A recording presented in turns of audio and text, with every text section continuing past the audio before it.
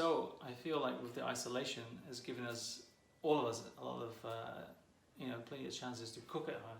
So personally for myself, I've developed, baked a lot of bread. I've tried a lot of recipes, a lot of sourdough recipes, and also a lot of focaccia recipes. I've tried making some yogurt, flavored a little bit of yogurt.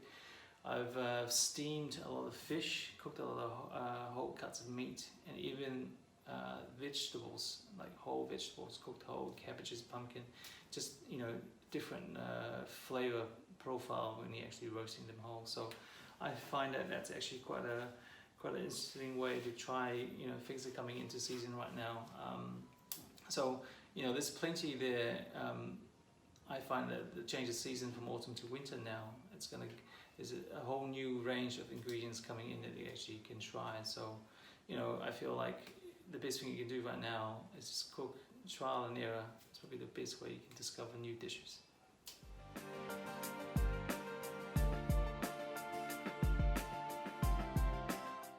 Okay, the most useful thing in the pantry, there's a couple of things that we are finding we're using quite a lot of right now. Anything to do with baking goes out the door real quickly.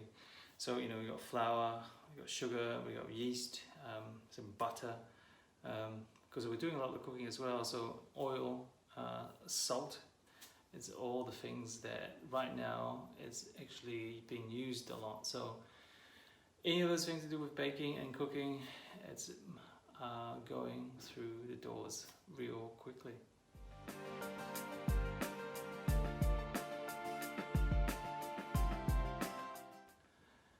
The thing that I should have stocked the most of, I think we're pretty stocked, but I feel like personally I could have stocked up more on some stone ground flour, because we are baking a lot of bread, so I'm going through quite a lot of stone ground flour, and it's not as easy as you can get it from the supermarket at this stage. So that was one thing that, apart from everything else is pretty good. We're pretty stocked on everything else, but if I would have had a choice, I could have stocked more up on the wholemeal and stone ground flours.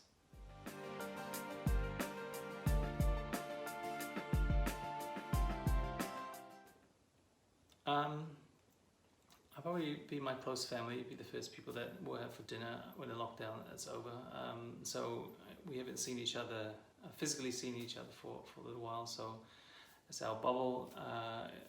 We stayed in our bubbles. So once lockdown's over, we definitely will have invite everybody on the family lunch or dinner, probably on a Sunday. So we'll do one of our big roast to celebrate that time. So definitely family will be the first people that we're going to invite once lockdown is over.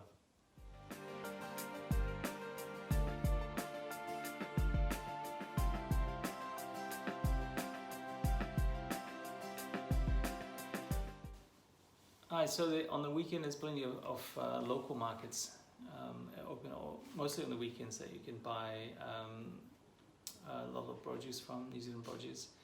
But during the week there's a few shops. Farrell's is the one we normally go to. They're quite good for selling mostly New Zealand grown and harvested produce. With the produce in season right now, I guess we're coming into winter. We're in autumn, winter, and there's your pumpkin, there's your greens of silver beet, there's kale. But I'm always looking out for the ones that they sort of peak at this time of the year, like feijoa. We've got feijoa, we've got persimmons, and kohlrabi. So there's the things that sort of they come up once of the year, and it runs for a particular time of the season.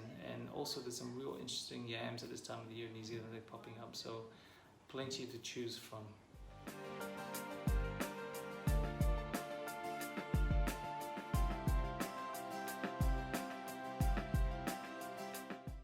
So everybody actually loves a good lamb roast, but I think specifically what you're looking for is something that's sort of pulls apart and it's been cooked quite a long time. So I feel like a perfect cut for something like that would be like a shoulder or a leg. I think for the Greek style lamb roast is actually spiced and marinated and spiced, plenty of garlic on the top, and then probably put it on a high heat just to sear it off in the oven. You're going to sear that off in the oven on a high heat. And then I think there's some stock added and some flavoring, a liquid that is added into it, and then obviously cooked with the lid on. So obviously it braised for a couple of hours, and then you actually take it out and then roast it again, and then it sort of should pull apart. I think that's probably the best advice I can give you about getting that sort of texture, is obviously cooking it long and slow, and then roasting it at the end just to get that crispy on the outside. But obviously a good cut, I would prefer a leg or a shoulder for something that you're going to roast and cook that long, so almost like braising it then roasting. So I hope that helps.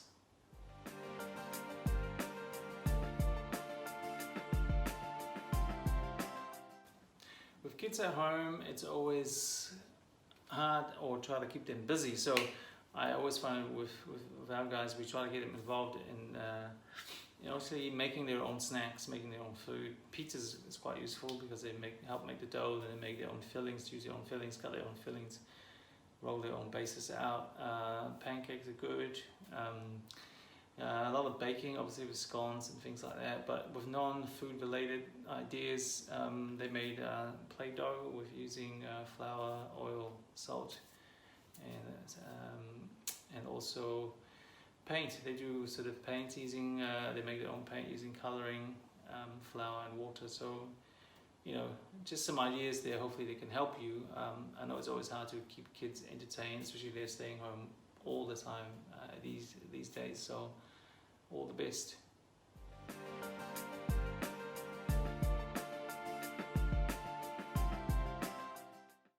So buying an oven at home is always a big decision to make, and normally something like that you always go with experience, something you worked for in the past. But for me, I just want to share with you the experience that I have having the Miele ovens at home. They're incredible, efficient, and so easy to actually use.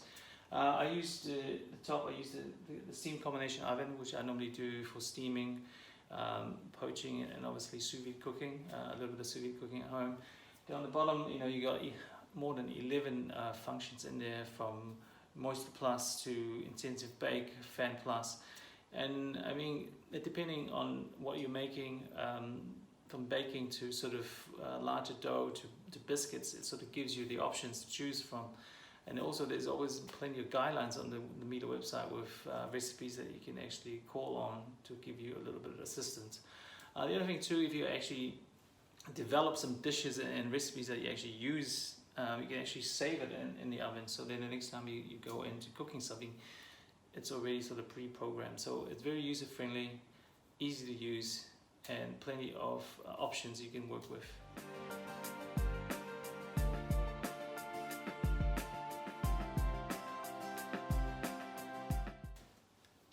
Getting kids to eat vegetables is always a challenge for most parents. But I think for us, we've found that the most useful thing is actually giving more information and get them involved.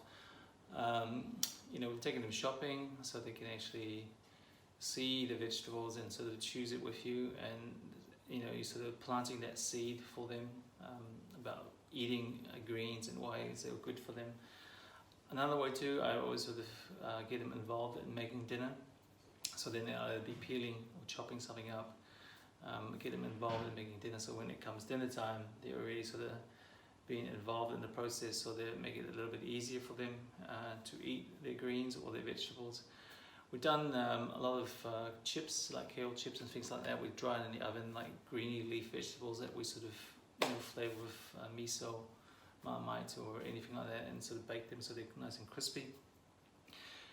We've taken sausages casing out, the sausages meat out of the casing, and you grate some vegetables into that, some carrots, courgettes, celeriac, any greens, chop some fresh herbs into that, and then make them back into meatballs or patties. So it's always sort of trying to get them involved in some way, and sort of get them the stories so they're more involved in creating the meal.